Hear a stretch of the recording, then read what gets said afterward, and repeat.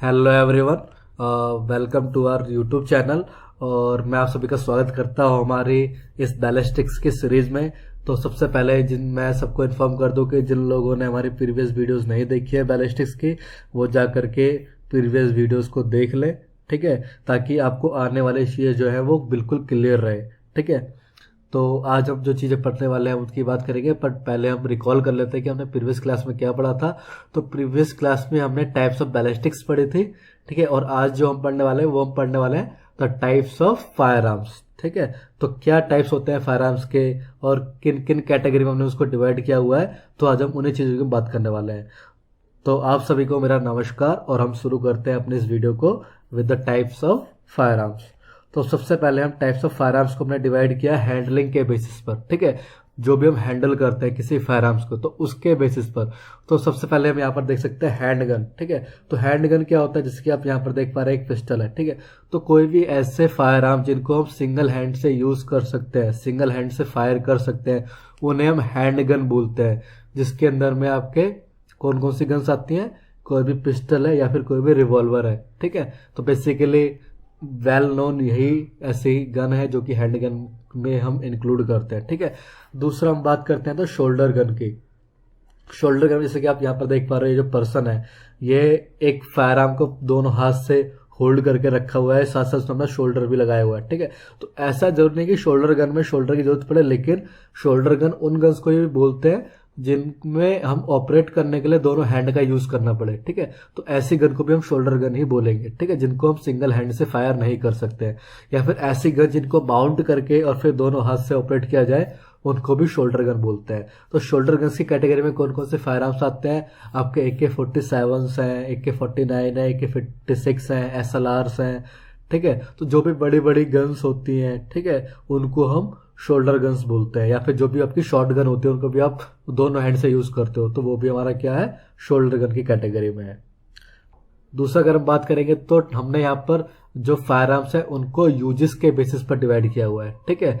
तो the types of fire arm based on uses, तो हमने कैसे यूज कर रहे हैं उसके बेसिस पर भी दो कैटेगरी है। सबसे पहले हम बात करेंगे स्पॉटिंग फायर आर्म्स की, ठीक है। तो स्पॉटिंग फायर आर्म्स जो है यूज होते हैं for shooting range, for game, और ये लेस डेंजरस होते हैं, ठीक है। जैसे कि आप यहाँ पर नीचे वाले इमेज में देख पा रहे हैं, ये क्या है, ये कॉमनवेल्थ गेम की फोटोज है, ठीक है, जिसमें कि शूटिंग रेंज जो होती है, ठीक है, शूटिंग के कॉम्पिटिशन्स होते हैं, तो वहां पे जो गन यूज होती है उन्हें हम स्पॉटिंग फायर आर्म्स बोलते हैं, ठीक है, स्पॉट गन्स बोलते हैं। या फिर जो हम मेले वगैरह में, आप बहुत से लोग मेले गए होंगे और मेले में आपने शूटिंग वाले गेम खेले होंगे, इसमें आप गुब्बारे फोड़ते हैं, ठीक है, और फिर गिफ्ट लेते हैं। तो वो भी गन क्या है, वो भी आपकी क्या आती है, वो भी स्पॉटिंग फायर आर्म्स के अंदर ही आता है, जो कि बहुत कम डेंजरस है। मतलब अगर हम उससे किसी को शूट भी करते हैं तो वो थोड़ा पेनफुल होगा, लेकिन उससे किसी की डेथ कॉज नहीं होगी, ठीक है।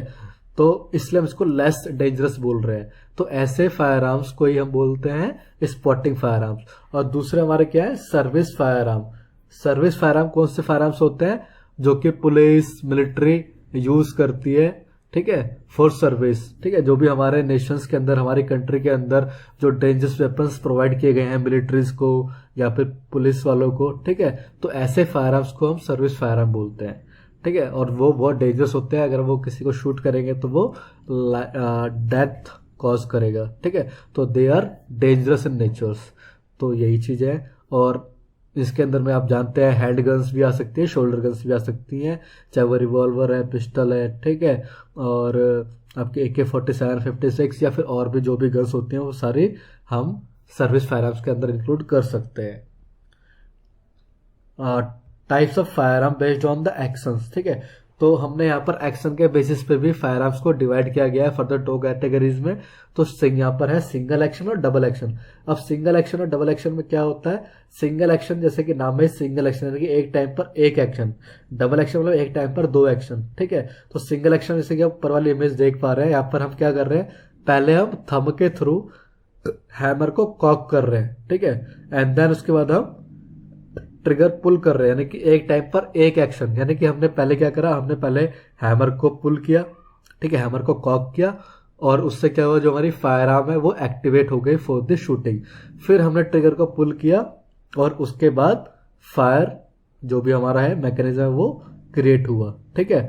तो ये हमारा क्या है, एक टाइम पर एक एक्शंस। तो ऐसे फायर आर्म्स को हम सिंगल एक्शंस में इंक्लूड करते हैं, ठीक है, यानी कि एक एक एक्शन अलग अलग टाइम पर।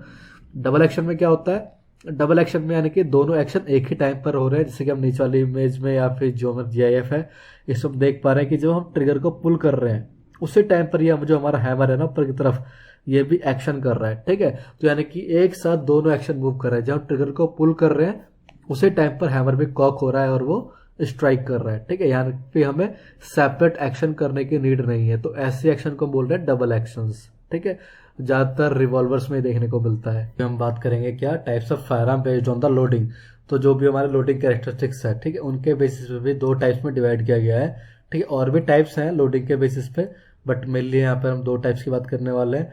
तो मजल लोडिंग एंड ब्रीच लोडिंग, ठीक है। तो मजल लोडिंग क्या होती है, जैसे कि यहाँ पर आप ये जो हमारे जीआईएफ है, ठीक है, ऊपर की तरफ, इसको आप देख सकते हैं कि ये बंदा क्या कर रहा है कि जो वहां से भी हमारी एमिनेशन निकलती है, ठीक है, शूट होने के बाद वहीं से इसको लोड कर रहा है, कि जो मजल एंड होता है ना वहीं से इस पर लोड कर रहा है, तो इसको हम क्या बोलेंगे, मजल लोडिंग। तो इसने देखो यहाँ पे क्या करा है, इसने यहाँ पर बॉल रखी जो हमारी स्फेरिकल बॉल होती है और उसको फिर एक रॉड से इंसर्ट किया आगे की तरफ। तो ये जो मैकेनिज्म है बहुत पुराना मैकेनिज्म है, पहले के टाइम पे हम ऐसे ही क्या करते थे, ठीक है। तो और दूसरा क्या है, ब्रीच लोडिंग। तो ब्रीच लोडिंग में पे क्या होता है कि हम जो भी हमारी ग्रिप होती है जहाँ से हम फायर आर्म को होल्ड करते हैं, ठीक है, और जो भी हमारा बैरल पोर्शन होता है, ठीक है, उसको हम क्या कहते हैं, बीच में से टर्न करके उसको ओपन कर सकते हैं, उसके बाद हम लोड कर सकते हैं, ठीक है। तो ये हमारी क्या हो गया, ब्रीच लोडिंग हो गई, ठीक है।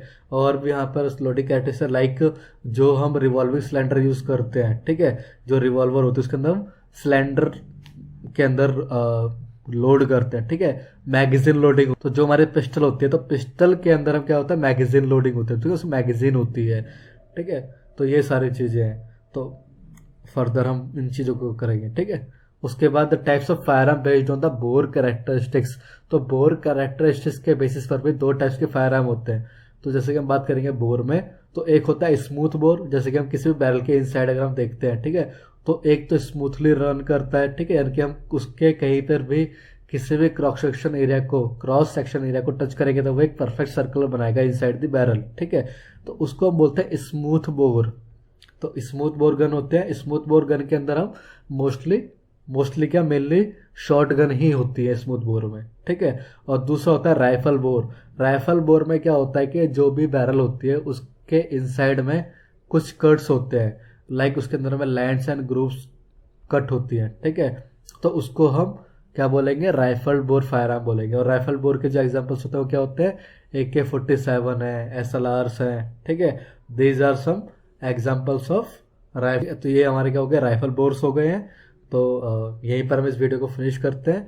Thanks for watching the video, और आने वाले वीडियोस के लिए चैनल को सब्सक्राइब कर लें, बेल आइकन को हिट कर दें, ताकि जो भी हमारी बैलिस्टिक्स की सीरीज है या फिर जो और भी हम वीडियोस डालेंगे वो आपको पता लग जाए, ठीक है। और फिर मिलते हैं हम बैलिस्टिक्स की और आगे नई वीडियोस के साथ। Thanks for the watching the video.